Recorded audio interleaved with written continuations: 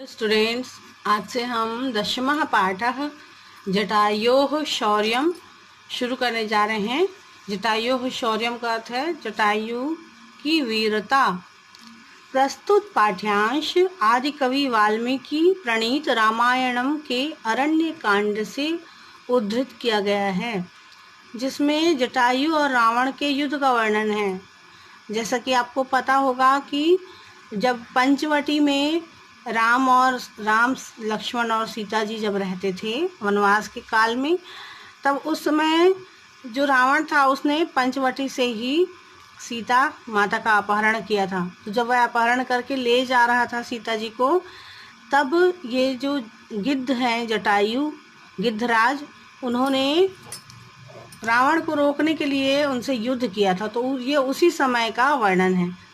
पंचवटी कानन में सीता का करुण विलाप सुनकर पक्षी श्रेष्ठ जटायु उनकी रक्षा के लिए दौड़े। जब पंचवटी में रावण जो था सीता का हरण करने आया, तब उनकी विलाप सुनकर उन्होंने आवाज़ किया होगा कि कोई मुझे बचा ले, कोई मेरी रक्षा करे। तो यह सुनकर पक्षी श्रेष्ठ जो जटायु हैं वह उनकी रक्षा के लिए दौड़ पड़े।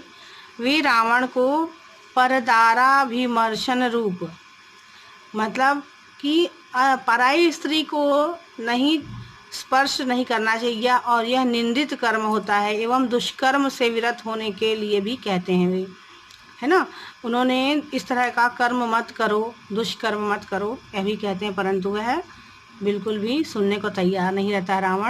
रावण की अपरिवर्तित मनोवृत्ति को देख कर वे उस पर भयावह आक्रमण करते हैं। जब वह उनकी बातें नहीं मानता है रावण, तब उस पर वह आक्रमण करते हैं जटायु।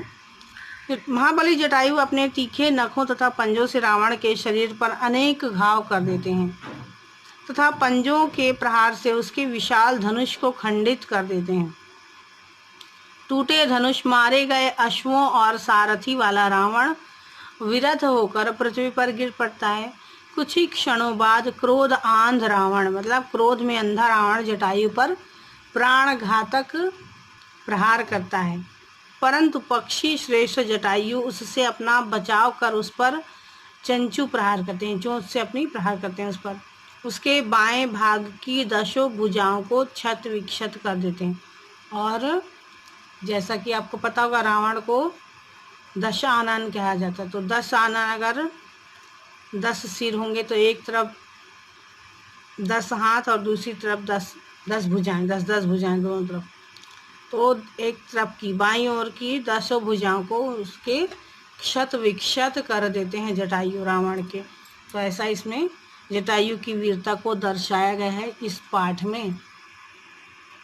पहला श्लोक हम पढ़ेंगे। सा तदा करुणा वाचो विलपन्ति सुदुखिताः वनस्पतिगतं गृध्रं ददर्श यतलोचना। तो पहले श्लोक का अर्थ है, पहले इसकी संधियां देख लेते हैं हम, जैसे कि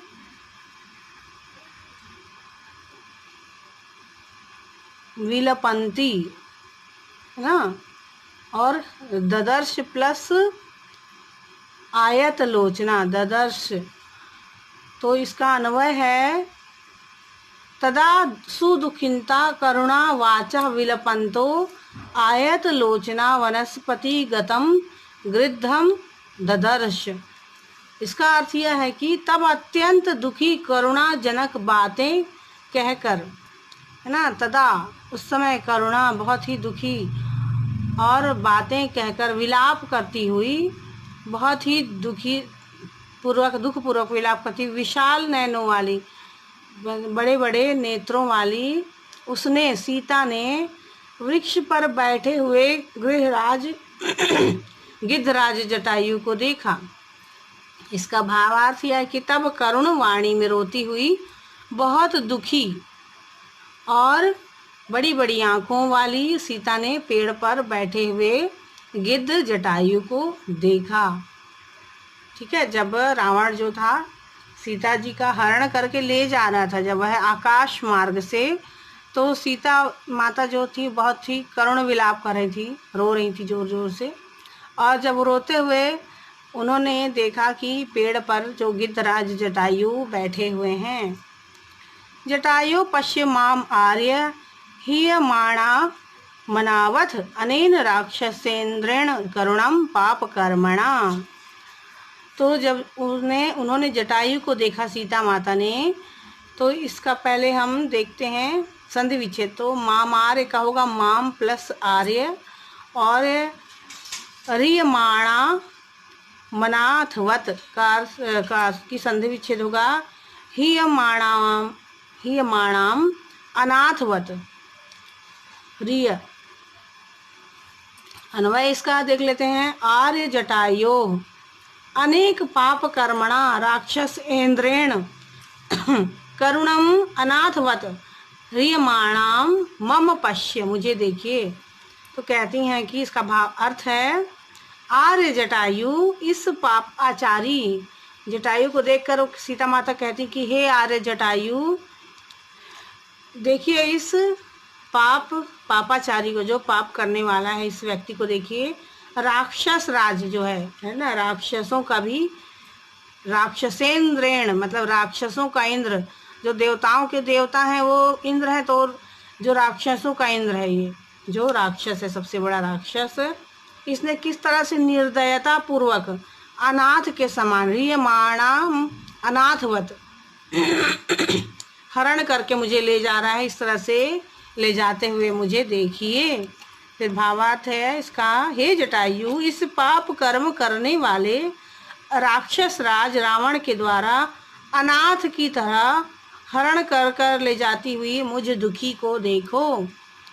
तो ये सीता माता कहती हैं जटायु से कि देखिए ये मुझे ले जा रहा है, अनाथ की तरह ले जा रहा है, जैसे कि मेरा कोई है ही नहीं, मुझे मेरी कोई रक्षा करने वाला यहाँ पर अभी नहीं है, तो ये मुझे ले जा रहा है जो सबसे बड़ा राक्षस है वह।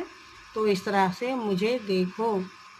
तो आज के लिए इतना ही। अपनी अगली क्लास में ही इसके और श्लोकों का अर्थ समझाएंगे, और आप अपनी नोटबुक में इसके कठिन शब्दों का अर्थ लिखेंगे और श्लोक का अर्थ लिखेंगे।